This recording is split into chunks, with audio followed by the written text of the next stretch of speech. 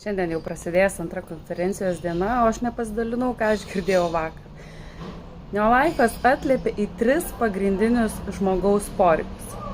Tai yra sveikata, tai yra pinigai ir tai yra bendruomenė. Ir man jau vakar užteko išgirsti keletą tokių pasidalinimų, kai žmonės yra kitose kompanijose ir sako, man čia keista stebėti. Visi tokie, jie yra kitokie. Kompanijos įkūrėjas eina su tavim, sveikinasi, klausosi, kaip tau sekasi, fotografuojasi ir taip toliau.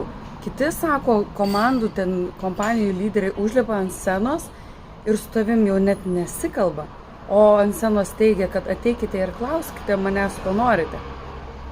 Tai kartais iš tikrųjų yra gerai pasimatuoti kitose kompanijose, kad suprasti, kur tu iš tiesų nori būti ir ar tai atitinka